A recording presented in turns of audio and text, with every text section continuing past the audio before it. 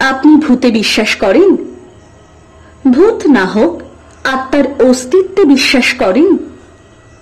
এই গল্প শুনলে আপনি বিশ্বাস করতে বাধ্য। এক পাহাড়ি এলাকার নির্জন বাড়িতে, যেখানে থাকেন এক যুবতী বিধবা মিসেস দাস, তাকে তার অতীত ফিরতে দিচ্ছে না সুস্থ জীবনে। এক অদ্ভুত উপায়ে সেই অতীতের মুখোমুখি হলেন সবাই। তারপর কিশলয় ছোটবেলার সাথীর আজকের নিবেদন, শরদিন্দু বন্দ্যোপাধ্যায়ের ভৌতিক কাহিনী দেহান্তর অবলম্বনে প্ল্যান চিট। আমি আরজে প্রান্তিকা রয়েছি মিসেস দাসের ভূমিকায়। তবে শুরু করছি। ও আরেকটি কথা, ভুল করেও গল্পটি একা শুনবেন না, নয়তো আপনিও। বড়দা বলল, যারা প্রেরজনীতে বিশ্বাস করে না তাদের জোর করে বিশ্বাস করাতে যাওয়া উচিত নয়। আমি কখনো সে চেষ্টাও করি না। কি বলে একবার নিরাক্ষাল সমুপস্থিত। মহাকবি কালিদাস বলিয়াছেন, এই সময় সূর্য প্রচণ্ড হয় এবং চন্দ্র হয় স্পৃহণীয়। সূর্যের প্রচণ্ডতা পরীক্ষা করিয়া দেখবার প্রয়োজন হয় না, পরন্তু চন্দ্রের স্পৃহণীয়তা যাচাই করবার উদ্দেশ্যে আমরা ক্লাবের কয়েকজন সভ্য সন্ধ্যার পর ক্লাবের বিস্তীর্ণ অঙ্গনে শতরঞ্জি পেতে বসেছিলাম। পূর্বাকাশে বেশ একটি নধর চাঁদ গাছপালা ছাড়িয়ে উপরে উঠেছে। তার আলোয় পরস্পর মুখ দেখিতে কষ্ট হয় না। অধিকাংশ সভ্যই ঊর্ধ্বদেহিক আবরণ মোচন করে ফেলেছেন। ক্লাবের ভিত্তকে ভাঙের শরবত তৈয়ার করিবার ফরমাস দেওয়া হয়েছিল। চন্দ্র যতই স্পৃহণীয় হোক, সেই সঙ্গে বরফ শীতল শরবত পেটে পড়লে শরীর আরো সহজে স্নিগ্ধ হয়। আমরা সতৃষ্ণভাবে শরবতের প্রতীক্ষা করিতেছিলাম। এইরূপ পরিবেশের মধ্যে বড়দা যখন বলিল, যারা প্রেরজনীতে বিশ্বাস করে না ইত্যাদি, তখন আমরা শঙ্কিত হইয়া উঠিলাম। ছুঁচের মতো সুখাগ্র এই প্রস্তাবনাটি যে অচিরাত ফাল হইয়া গল্পের আকারে দেখা দেবে, তাতে কারো সন্দেহ রইল না। ভূতের গল্প শোনার পক্ষে গ্রীষ্মের চাঁদনি রাত্রি অনুকূল নয়, এজন্য শীতের সন্ধ্যা কিংবা বর্ষার রাত্রি প্রশস্ত। কিন্তু বড়দা যখন ভণিতা করেছে, তখন আর নিস্তার নেই। ভাগ্যক্রমে এই সময় শরবত এসে পড়ল। আমরা প্রত্যেকে হৃষ্ট চিত্তে একটি করে ঠান্ডা গ্লাস তুলে নিলাম। পৃথ্বী গ্লাসের কানায় একটি ক্ষুদ্র চুমুক দিয়ে বলল, দুনিয়াটা যদি মন্ত্র বলে এই শরবতের মতো ঠান্ডা হয়ে যাবে। বড়দা বলল, দুনিয়া বলতে তুমি কি বোঝো? এই ভারতবর্ষেই এমন জায়গা আছে যেখানে এখন বরফ পড়ছে। গত বছর এই সময় আমি পাহাড়ে বেড়াতে গিয়েছিলাম, দেখলাম দিব্যি শীত। প্রশ্ন করলাম, পাহাড়ে? কোন পাহাড়ে? বড়দা বলল, মনে করো মসুরি কিংবা নৈনিতাল। নাম বলবো না, তবে শৌখিন হাওয়া বদলানোর জায়গা নয়। আমার বড় কুটুম্ব সেখানে বদলি হয়েছেন, তারই নিমন্ত্রণে মাসখানে গিয়েছিলাম। সেখানে একটা ঘটনা ঘটেছিল। অমূল্য সন্দিগ্ধভাবে বলল, ঘটনা না হয় ঘটেছিল, কিন্তু পাহাড়ের নাম বলতে লজ্জা কিসে? কোনো লজ্জা নেই। যে গল্প তোমাদের শোনাতে যাচ্ছি তার পাত্র পাত্রী সবাই জীবিত, তাই একটু ঢাকাঢুকি দিয়ে বলতে হচ্ছে। মাঝে মাঝে এমন উৎকট ব্যাপার ঘটে যায়। যাও, গল্পটা বলি, শোনো। হিল স্টেশনে যারা বাস করেন তাদের চালচলন একটু বিলিতি ঘেঁষা হয়ে পড়ে। পুরুষেরা সচরাচর কোট প্যান্ট পরেন, মেয়েরা অবশ্য শাড়ি ছাড়েননি, কিন্তু হাব ভাব ঠিক দিশি বলা চলে না। টেবিলে বসে স্ত্রী পুরুষের একসঙ্গে খাওয়া, ডিনারের পর দু এক পেগ হুইস্কি বা পোর্ট, এসব সামাজিক ব্যবহারের অঙ্গ হয়ে গেছে। দোষও দেওয়া যায় না। শীতের রাজ্যে শীতের নিয়ম মেনে চলাই ভালো। শ্যালকের চিঠি পেয়ে আমি তো গিয়ে পৌঁছলাম। 2-4 দিন থাকতে না থাকতেই গায়ে বেশ গত্তি লাগলো। আমার শ্যালকটি দারুণ মাংসাশী। বাড়িতে রোজ মুরগি মটনের শ্রাদ্ধ চলছে, তার উপর পাহাড়ে ঘুরে বেড়ানো, ঘন্টায় ঘন্টায় খিদে পায়। জায়গাটা সত্যি চমৎকার, যেমন জল হাওয়া তেমন তার প্রাকৃতিক দৃশ্য। কয়েকটি নতুন বন্ধুও জুটে গেল। এখানে 10-12 ঘর বাঙালি আছেন, সকলেই ভারী মিশুক। নতুন লোক পেলে খুব খুশি হন।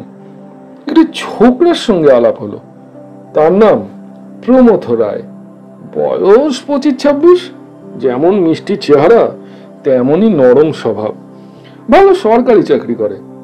মনটা অতি আধুনিক হলেও উগ্র নয়। তাই রোজই বিকেলবেলা টেনিস খেলে ফেরবার পথে আমাদের ভাষায় ঢু মারত। ছোকরা অবিবাহিত, একলা থাকে, তাই আমাদের সঙ্গে খানিক গল্প গুজব করে 2-1 পেলা চা কিংবা ককটেল সেবন করে সন্ধ্যের পর বাসায় ফিরত। একদিন কথায় কথায় আমার শ্যালক প্রেতজনির কথা তুললেন। বললেন, ওহে প্রমথ, তোমরা তো ভূত প্রেত কিছুই মানো না। আমাদের বরদা একজন পাকা ভূত জ্ঞানী। ভূতের প্রমাণ যদি চাও ওর কাছে পাবে। প্রমথ হেসে উঠে বলল, আপনি একজন শিক্ষক ব্যক্তি হয়ে এইসব বিশ্বাস করেন? কথাটা সে হালকাভাবে বললেও গায়ে লাগলো। বললাম, শিক্ষিত লোকেরা এমন অনেক জিনিস বিশ্বাস করেন যা বিশ্বাস করতে অশিক্ষিত লোক লজ্জা পাবে।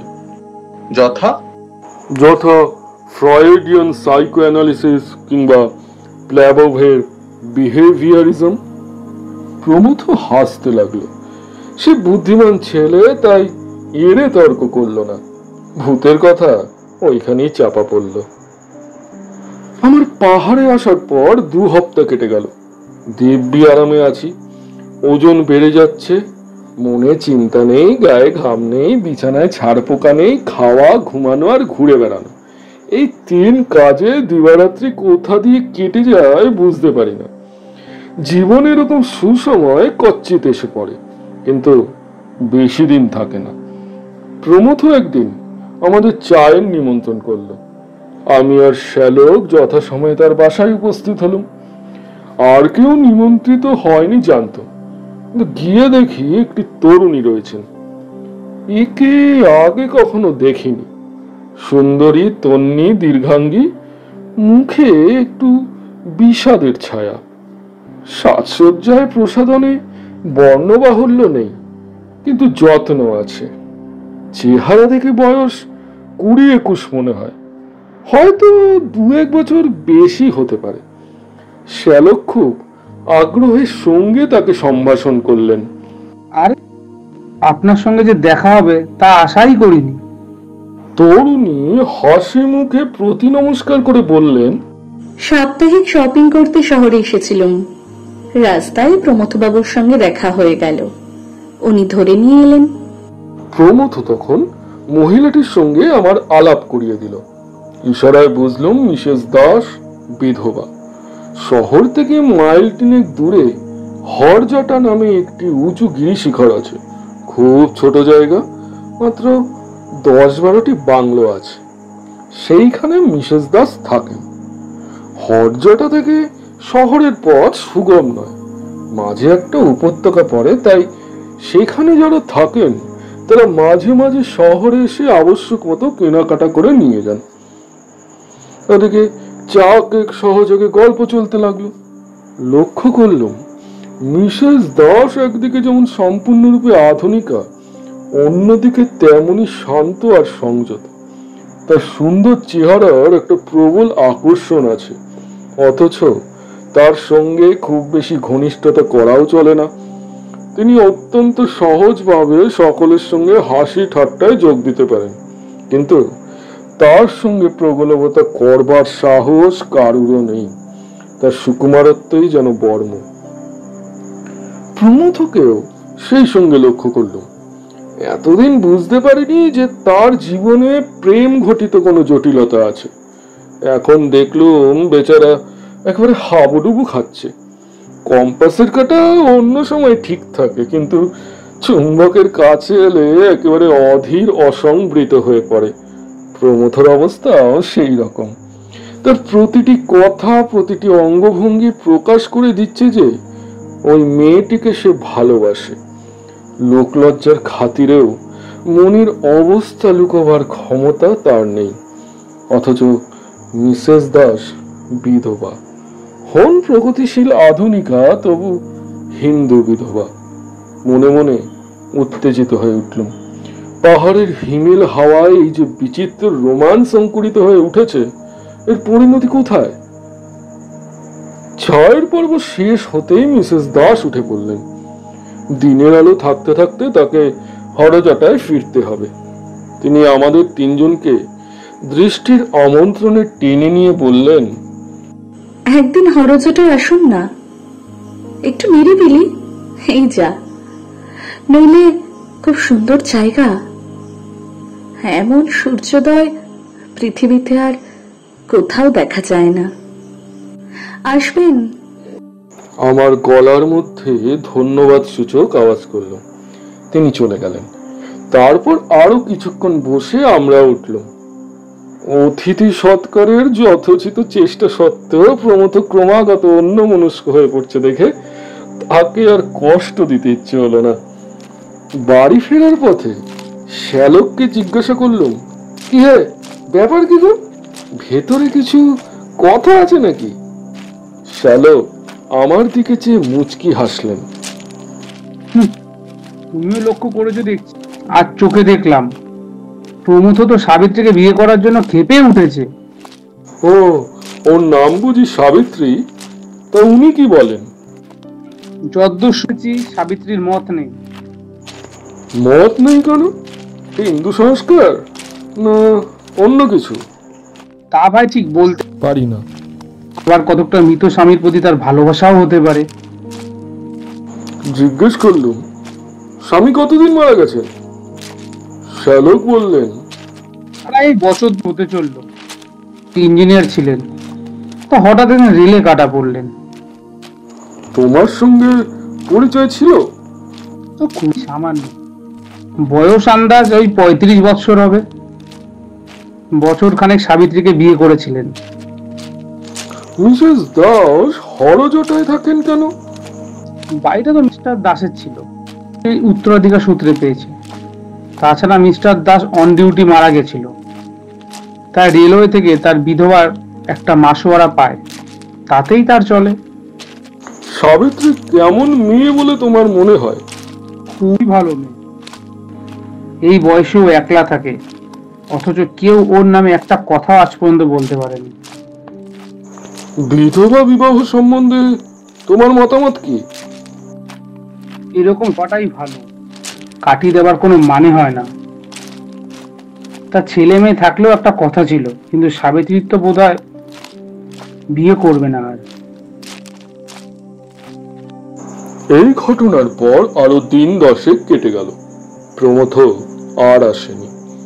আমরা তার মনের কথা আজ করেছি বলেই বোধ হয় সে আমাদের এড়িয়ে যাচ্ছে। আমারও স্বর্গ হতে বিদায় নেবার সময় হলো। আমি পাত্তারি গোটাচ্ছি, এমন সময় একদিন প্রমথ এলো। একটু লজ্জা লজ্জা ভাব। 2-4টে কথার পর বলল, মিসেস দাস চিঠি লিখে আমাদের তিনজনকে হরজটায় নিমন্ত্রণ করেছেন সূর্যোদয় দেখবার জন্য। যাবেন? আমার কোনো আপত্তি ছিল না, কিন্তু শ্যালক আপত্তি তুললেন। সূর্যোদয় দেখতে গিয়ে হরজটায় থাকতে হয়, কিংবা রাত্রি 2টোর সময় এখান থেকে বেরোতে হয়, তা সেটা কি সুবিধা হবে? প্রমথ পকেট থেকে চিঠি বার করে বলল, তার চিঠি পড়ে দেখুন, অসুবিধে বোধহয় হবে না। প্রীতি নমস্কারান্তে নিবেদন। প্রমথ বাবু, দেখছি আমার সেদিনের নিমন্ত্রণ আপনারা মুখের কথা মনে করেছেন। আমি কিন্তু সত্যিই আপনাদের তিনজনকে নিমন্ত্রণ করেছিলুম। আসুন না, রাত্রে আমার বাড়িতে থেকে সকালে সূর্যোদয় দেখবেন, কষ্ট হবে না। আমার বাড়িতে 3 জন অতিথিকে স্থান দেবার মতো জায়গা আছে। কবে আসবেন জানাবেন, কিংবা না জানিয়ে যদি এসে উপস্থিত হন তাহলেও খুশি হব। আশা করি ভালো আছেন। নিবেদিকা সাবিত্রী দাস। এরপর আর শ্যালকের আপত্তি রইল না। প্রমথ উৎসাহিত হয়ে বলল, আজ শনিবার, চলুন না আজই যাওয়া যাক। 5টার সময় বেরুলে সন্ধ্যের আগেই পৌঁছানো যাবে। তাই ঠিক করে বেরিয়ে পড়ে গেল। হরজটার শিখরটি উপত্যকা থেকে দেখা যায়। সত্যি হরজটার নাম সার্থক, যেন ধ্যানমগ্ন মহাদেবের জটা পাকিয়ে পাকিয়ে ওপরে উঠেছে। তার খাজে খাজে সাদা বাংলোগুলি ধুতরা ফুলের মতন ফুটে আছে। অপূর্ব দৃশ্য। কিন্তু সেখানে পৌঁছবার রাস্তাটি অপূর্ব নয়। 3 মাইল পথ হাঁটতে পাক্কা 2.5 ঘন্টা লাগলো। আমরা যখন মিসেস দাসের বাংলোর সামনে গিয়ে হাজির হলাম তখন দিনের আলো ফুরিয়ে এসেছে। তবু হরজটার কুটিল কুণ্ডলিতে সূর্যাস্তের আবির লেগে আছে। মিসেস দাস বাড়ির সামনের বারান্দায় ইজি চেয়ারে বসেছিলেন। উৎফুল্ল কলকাকলি দিয়ে আমাদের অভ্যর্থনা করলেন। আমাদের দেখে তার এই অকৃত্রিম আনন্দ বড় ভালো লাগলো। শোনা যায় আসন্ন দুর্ঘটনা সামনে কালো ছায়া ফেলে তার আগমন বার্তা জানিয়ে দেয়। কিন্তু আশ্চর্য, সেদিন দুর্ঘটনার বিন্দু মাত্র পূর্বাভাস পায়নি। সেই পার্বত্য সন্ধ্যার গৈরিক আলো মনে হয়েছিল এই আলো নয়, অপরূপ এক দৈবী প্রসন্নতা। তার আড়ালে যে লেশ মাত্র অশুভ লুকিয়ে থাকতে পারে তা কল্পনা করাও যায় না। আমার বোধ হয় প্রমথ কিছু আভাস পায়নি। মিসেস দাস আমাদের বাড়ির ভিতরে নিয়ে গেলেন। গরম জলে মুখ হাত ধুয়ে ড্রয়িং রুমে এসে দেখি চা তৈরি। বাড়িতে পুরুষ চাকর নেই। 2টি পাহাড়ি মেয়ে মানুষ কাজকর্ম রান্নাবান্না করে এবং রাত্রে থাকে। হরজটায় এখনো বিদ্যুবাতি এসে পৌঁছয়নি। কেরোসিন ল্যাম্পের মোলায়েম আলোয় চা খেতে বসল।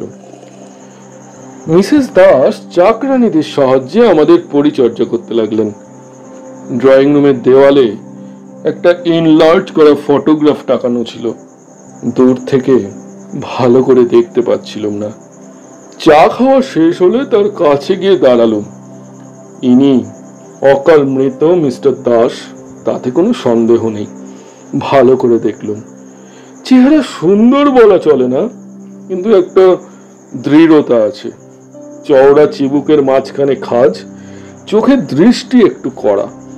ফটো তোলবার সময় ঠোঁটের কোণে যে হাসি আনার নিয়ম আছে সেটি অবশ্য রয়েছে, কিন্তু হাসি দিয়ে চরিত্রের দৃঢ় বলিষ্ঠতা ঢাকা পড়েনি। মনে মনে এই মুখখানার সঙ্গে প্রমথ নরম মিষ্টি মুখের তুলনা করছি, এমন সময় পাশে মৃদু কণ্ঠের আওয়াজ হলো। আমার স্বামী। দেখলুম মিসেস দাস আমার পাশে এসে দাঁড়িয়েছেন। তারপর প্রমথ এসে দাঁড়ালো। মিসেস দাস কিছুক্ষণ ফটোর দিকে তাকিয়ে থেকে চকিতে প্রমথর পানি চাইলেন। তার মুখখানি শান্ত। মুখ দেখে মনের কথা ধরা যায় না, তবু সন্দেহ হলো তিনিও আমারই মতো ফটোর সঙ্গে প্রমথর মুখ তুলনা করলেন। আমরা আবার ফিরে এসে বসলুম। মেয়ে মানুষের মন বোঝা সহজ নয়, বিশেষত মিসেস দাসের মতো মেয়ের তো নয়। কবি বলেছেন, রমণীর মন সহস্র বর্ষের সখা সাধনার ধন। আমি ভাবতে লাগলাম, ইনি প্রমথকে বিয়ে করতে অস্বীকার করছেন এই কথা নিশ্চয় সত্যি, কিন্তু প্রমথ সম্বন্ধে তার মনে কি কোনো দুর্বলতা নেই? এই যে আজ তিনি আমার মতো একজন অপরিচিত লোককে নিমন্ত্রণ করে এনেছেন, এটা কি শুধুই লৌকিক সহৃদয়তা, না এর অন্তরালে একজন বিশেষ ব্যক্তিকে কাছে পাওয়ার অভিপ্রায় লুকিয়েছিল? প্রমথর অবস্থা বর্ণনা করা নিষ্প্রয়োজন। সেদিন যেমন দেখেছিলাম আজও ঠিক তাই। চুম্বকাবিষ্ট কম্পাসের কাঁটা অন্য কোনো দিকেই তার লক্ষ্য নাই। ক্রমে রাত্রি হলো। উত্তর দিক থেকে একটা খুব ঠান্ডা হাওয়া উঠে মাথার উপর দিয়ে সাই সাই শব্দ বইতে লাগলো। রান্না বান্না হতে স্বভাবত একটু দেরি হলো। আমরা রাত্রির খাওয়া শেষ করে যখন উঠলুম তখন প্রায় 11টা বাজে। মিসেস দাস বললেন, আপনারা শুয়ে পড়ুন গিয়ে, সকাল 3:30-র আগেই কিন্তু উঠতে হবে, নইলে সূর্যোদয়ের সব সৌন্দর্য দেখতে পাবেন না। ভাবনা হলো এখন শুতে গেলে 3:30-র সময় ঘুম ভাঙবে কি? যদি না ভাঙে আজকের অভিযানটাই ব্যর্থ হয়ে যাবে। জিজ্ঞেস করলুম, অ্যালার্ম ঘড়ি আছে কি? মিসেস দাস বললেন, না, কিন্তু সেজন্য ভাববেন না, আমি ঠিক সময়ে আপনাদের তুলে দেব। শ্যালক বললেন, কিন্তু আপনার যে ঘুম ভাঙবে তার ঠিক কি? আমি ঘুমাবো না, এই ঘন্টা বই পড়ে কাটিয়ে দেব, আমার অভ্যেস আছে। অবাক হয়েছে রইলুম। আমরা ঘুমাবো আর ভদ্রমহিলা সারা রাত জেগে থাকবেন? হঠাৎ প্রমথ তার দিকে এগিয়ে গিয়ে বলল, তাহলে আমিও জেগেই থাকি। আমাদের দিকে চেয়ে বলল, আপনারা বরং শুয়ে পড়ুন। আমার মন কিন্তু এ প্রস্তাবে সায় দিল না। আমরা দুজন বয়স্ক ব্যক্তি ঘুমাবো আর এই দুটি যুবক যুবতী সারা রাত্রি একত্রে থাকবে? শ্যালক সমস্যা ভঞ্জন করে দিয়ে বললেন, তবে আর সকলেই জেগে থাকি না, আমার তো আবার নতুন জায়গায় ঘুম আসে না। এমনিতেই হয়তো চোখ চেয়েছে রাত কেটে যাবে। আমি বললাম, আমারও ঠিক তাই। মিসেস দাস আপত্তি করলেন, কিন্তু আমরা শুনলুম না। ড্রয়িং রুমে বেশ জুত করে বসা গেল। 4 ঘন্টা দেখতে দেখতে কেটে যাবে। শ্যালক প্রস্তাব করলেন, তাস খেলা যাক। কিন্তু বাড়িতে তাস না থাকায় তার হলো না। প্রথমে খুব উৎসাহের সঙ্গে আরম্ভ হয়ে ঝিমিয়ে ঝিমিয়ে গল্প চলছে। মিসেস দাস হেলান দেওয়া চেয়ারে শুয়েছেন, শ্যালক সোফায় লম্বা হয়ে সিগারেট টানছেন। আমিও একটা গদি মোড়া চেয়ারে গুটিসুটি হয়ে বেশ আরাম অনুভব করছি। কেবল প্রমথ অস্থিরভাবে ঘরময় ঘুরে বেড়াচ্ছে, এটা ওটা নাড়ছে, আলোটা কখনো কমিয়ে দিচ্ছে, কখনো বাড়িয়ে দিচ্ছে। মিসেস দাসের শান্ত চোখ তাকে অনুসরণ করছে। 12টা বাজলো। শ্যালক উঠে বসলেন, সিগারেট দগ্ধ প্রান্তটুকু অ্যাস্টের উপর রেখে বললেন, আচ্ছা, আপনার ভয় টয় করে না? মিসেস দাস একটু ভুরু তুলে তাকালেন। ভয়? কিসের ভয়? বাড়ির মাথার উপর ঠান্ডা বাতাসটা সাই সাই শব্দ করে চলেছে। আমি একটা হাই চাপা দিয়ে বললুম, মনে করুন ভূতের ভয়।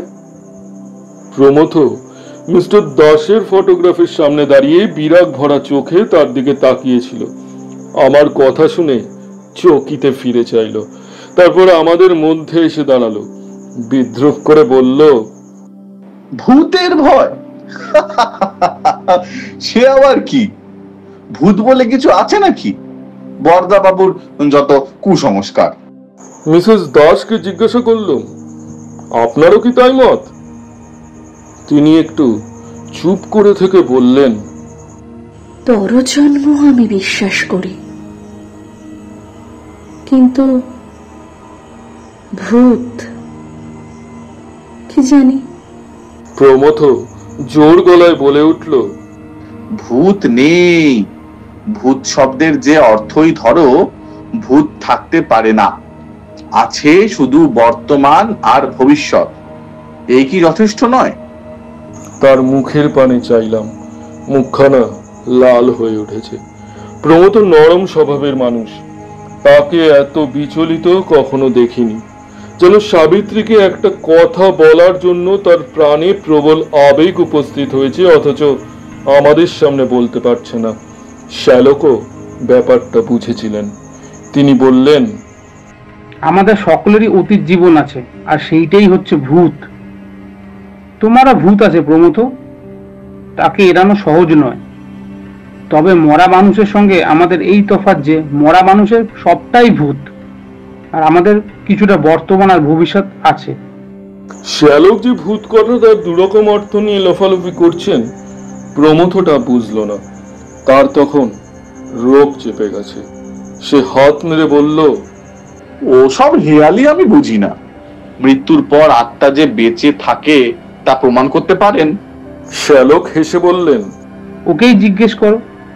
আমি বললুম, দেখুন প্রমথবাবু, যে লোক জেগে ঘুমোয় তাকে জাগানো যায় না। আপনিও যদি বিশ্বাস করবেন না বলে বদ্ধপরিকর হয়ে থাকেন, তাহলে আপনাকে বিশ্বাস করানো কারোর সাধ্য নয়। তবে এটুকু বলতে পারি, অনেক বৈজ্ঞানিক বুদ্ধি সম্পন্ন প্রতিভাবান লোক প্রেতজনিতে বিশ্বাস করেছেন, যথা William Crookes, Oliver Lodge, Conan Doyle. Pramatha মুখ শক্ত করে বলল, আমি বিশ্বাস করি না। যদি প্রমাণ করতে পারেন প্রমাণ করুন, নইলে কেবল কতকগুলো বিলিতি না মাউড়ে আমাকে কাবু করতে পারবেন না। একটু রাগ হলো। বললাম, বেশ, বিশ্বাস করা না করা আপনার ইচ্ছে, কিন্তু চেষ্টা করে দেখতে দোষ কি? মিসেস দাস, আসুন প্ল্যানচেট করা যাক। তিনি একটু শঙ্কিত সুরে বললেন, প্ল্যানচেট? ভূত নামাবেন? প্রমথবাবুর অবিশ্বাস ভাঙবার আর তো কোনো উপায় দেখি না। তবে আপনার যদি ভয় করে তাহলে কাজ নেই। তিনি বললেন, না, ভয় করবে না। বেশ তো, করুন না। আর কিছু না হোক, সময় তো কাটবে। কি চাই বলুন? বললুম, বেশি কিছু নয়, শুধু একটা তেপায়া টেবিল হলেই চলবে। ছোট একটা তেপায়া টেবিল ঘরেই ছিল।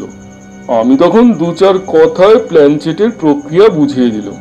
তারপর আলোটা কমিয়ে দিয়ে চারজনে টেবিল ঘিরে বসা গেল। শ্যালক প্রশ্ন করলেন, কে ডাকা হবে? আমি বললুম, যাকে ইচ্ছে তাকে ডাকা যেতে পারে, তবে এমন লোক হওয়া চাই যাকে আমরা সবাই চিনি, অন্তত যার চেহারা আমাদের সকলের জানা আছে। আমরা যেখানে বসেছিলাম তার অল্প দূরেই মিস্টার দাসের ছবি দেওয়ালে টাঙানো ছিল।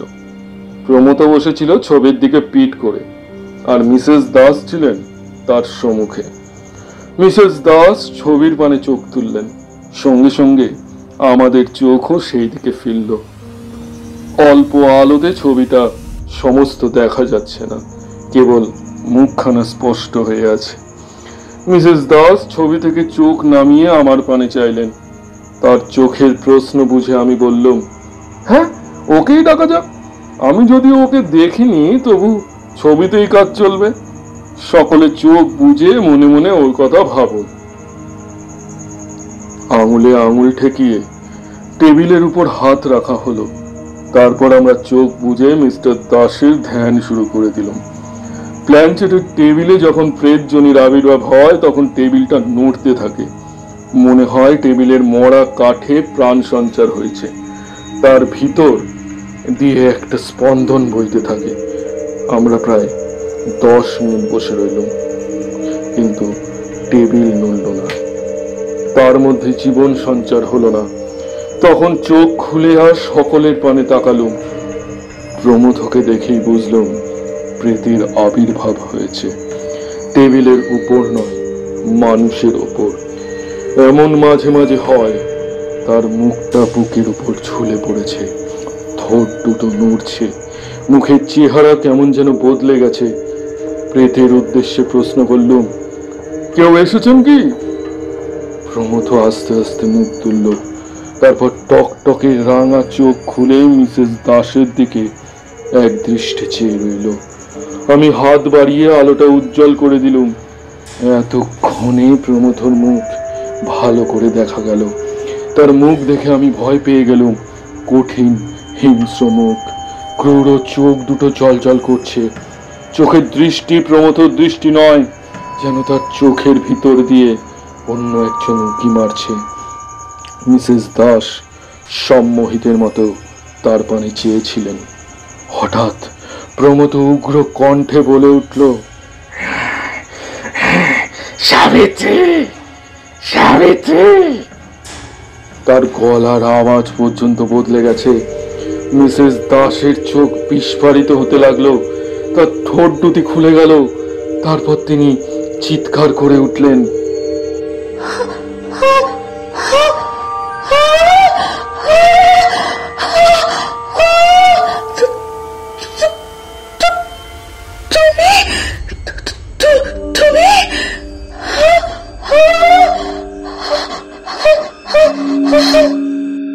এই বলে তিনি অজ্ঞান হয়ে পড়ে গেলেন।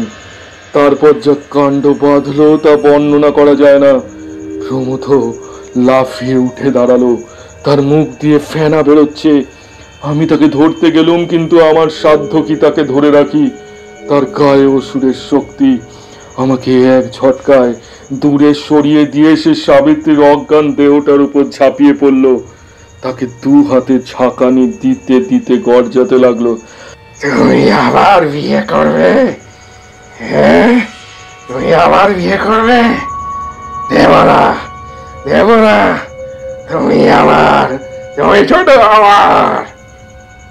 ভেবে দেখো, প্রমথর মুখ দিয়ে এই কথাগুলো বেরোচ্ছে, কিন্তু আমাদের তখন ভাববার সময় নেই।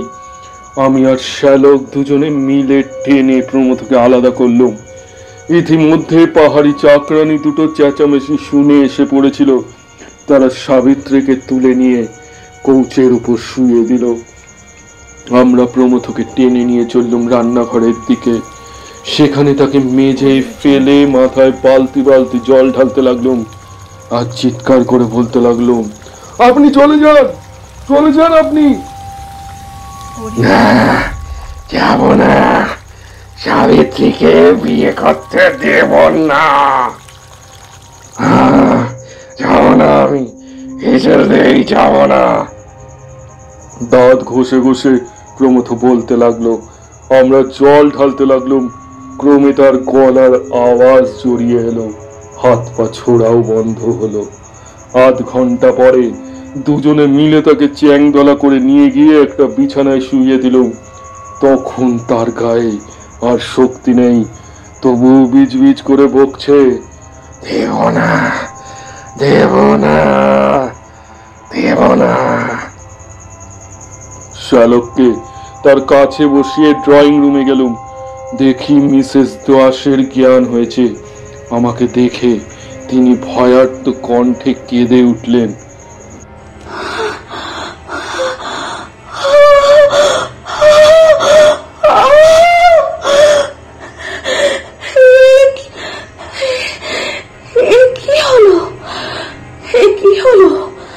বরদা বাবু, কি হলো?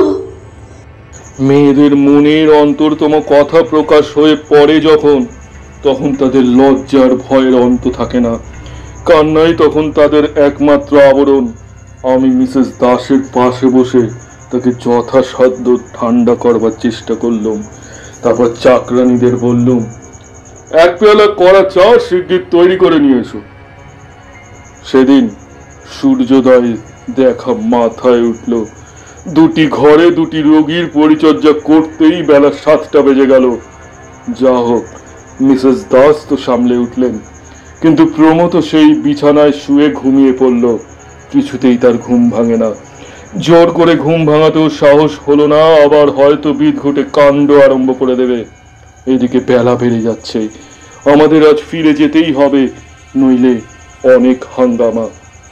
বেলা 1টা পর্যন্ত যখন ঘুম ভাঙল না, তখন আমরা উদ্বিগ্ন হয়ে উঠলুম। ভাগ্যক্রমে একজন বৃদ্ধ ডাক্তার হরজটায় বাস করেন। তাকে ডাকা হলো। তিনি পরীক্ষা করে বললেন, বুকে একটু ঠান্ডা বসেছে, বিশেষ কিছু নয়, কিন্তু আজের বিছানা থেকে ওঠা চলবে না। আমরা কাথর চোখে মিসেস দাসের পানে চাইলাম।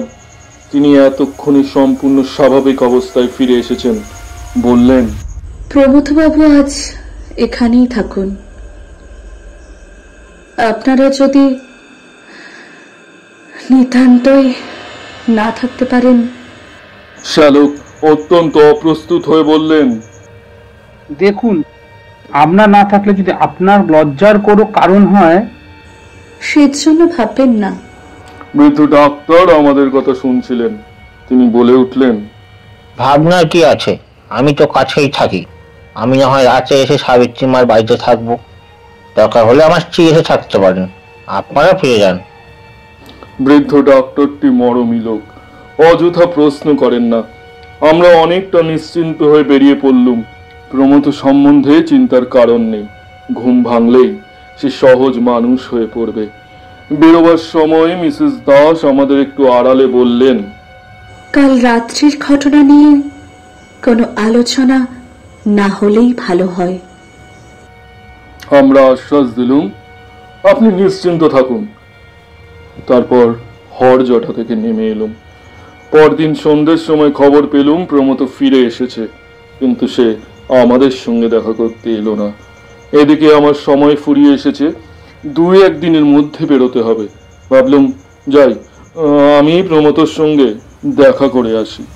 এইসব ব্যাপারের পর তার হয়তো আসতে সংকোচ হচ্ছে। পরদিন সকালবেলা বেরিয়ে ফেরার পথে তার বাসায় গেলুম। সদর দরজা বন্ধ। কড়া নাড়তেই প্রমথ এসে দৌড় খুলে দাঁড়ালো। তার চেহারায় কি একটা সূক্ষ্ম পরিবর্তন হয়েছে। সে কটমটো করে কিছুক্ষণ আমার পানে চেয়ে রইল, তারপর দড়াম করে আমার মুখের উপর দরজা বন্ধ করে দিল। প্রমথর সঙ্গে এই আমার শেষ দেখা। তার পরদিনই পাহাড় থেকে নেমে এলুম। এই পর্যন্ত বলে বড়দা থামল। ইতিমধ্যে চাঁদ অনেকখানি উপরে উঠেছে। ভাঙের নেশার জন্যই হোক বা বড়দার গল্প শুনেই হোক, বাতাস বেশ ঠান্ডা লাগছে। পৃথ্বী প্রশ্ন করল, তোমার গল্প এখানেই শেষ না আরো কিছু আছে? বড়দা একটা সিগারেট ধরিয়ে বলল, আর একটু আছে। মাসখানেক পরে শ্যালকের কাছ থেকে এক চিঠি পেলুম। তিনি এক আশ্চর্য খবর দিয়েছেন। সাবিত্রীর সঙ্গে প্রমথর সিভিল ম্যারেজ হয়ে গেছে। আমার ধারণা হয়েছিল যে ব্যাপার ঘটেছে, তারপর তাদের বিয়ে অসম্ভব। প্রমথ যে শেষকালে আমার সঙ্গে এমন রূঢ় ব্যবহার করেছিল, সেটাও আমি তার ব্যর্থতার প্রতিক্রিয়া মনে করেছিলাম। কিন্তু দেখলুম আমার হিসেব আগাগোড়াই ভুল। শ্যালক একটি খবর দিয়েছেন, সেটি আরো অদ্ভুত। এই অল্প সময়ের মধ্যে প্রমথর চেহারা নাকি বদলে গেছে। সকলেই বলছে তার চেহারা ক্রমশ গতাসু মিস্টার দাসের মতো হয়ে দাঁড়াচ্ছে। এমনকি তার চিবুকের মাঝখানে একটা খাজ দেখা দিয়েছে। সিগারেটে একটা লম্বা টান দিয়ে বড়দা বলল, এতক্ষণ আমি সরলভাবে ঘটনাটি বলে গেছি, নিজের টিকা টিপ্পনি কিচ্ছু দিইনি। এখন তোমরাই এর টিকা টিপ্পনি করো। এটা কি মিস্টার দাসের প্রেতাত্মা কি প্রমথকে তার দেহ থেকে উৎখাত করে নিজে কাহিনী হয়ে বসেছেন এবং নিজের বিধবাকে আবার বিয়ে করেছেন? কিংবা আর কি হতে পারে? আমরা কি হই? উত্তর দিলাম না। বড়দা তখন কতকটা নিজ মনেই বলল, যদি তাই হয় তাহলে প্রমথর আত্মাটার কি হলো? কোথায় গেল সে? অকস্মাৎ আকাশে একটা দীর্ঘ আর্ত কর্কশ চিৎকার ধ্বনি হলো। আমরা চমকে উঠতে চাইলাম। দেখলাম বাদুড়ের মতো একটা পাখি চাঁদের উপর দিয়ে উড়ে যাচ্ছে। কালো ত্রিকোণ পাখা মেলে পাখিটা ক্রমে দূরে চলে গেল। কণ্টকিত দেহে আমরা চেয়ে রইলাম।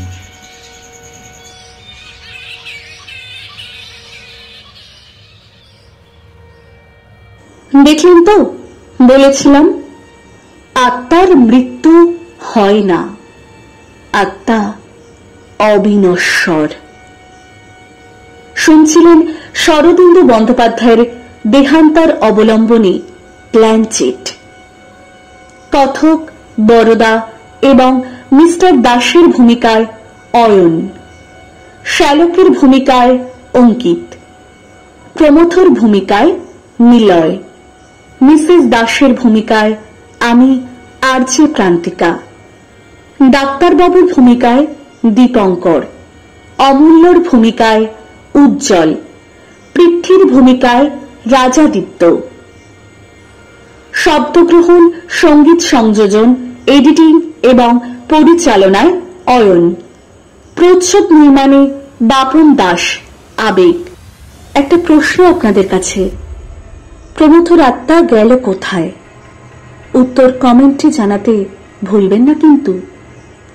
আজকের মতো বিদায়।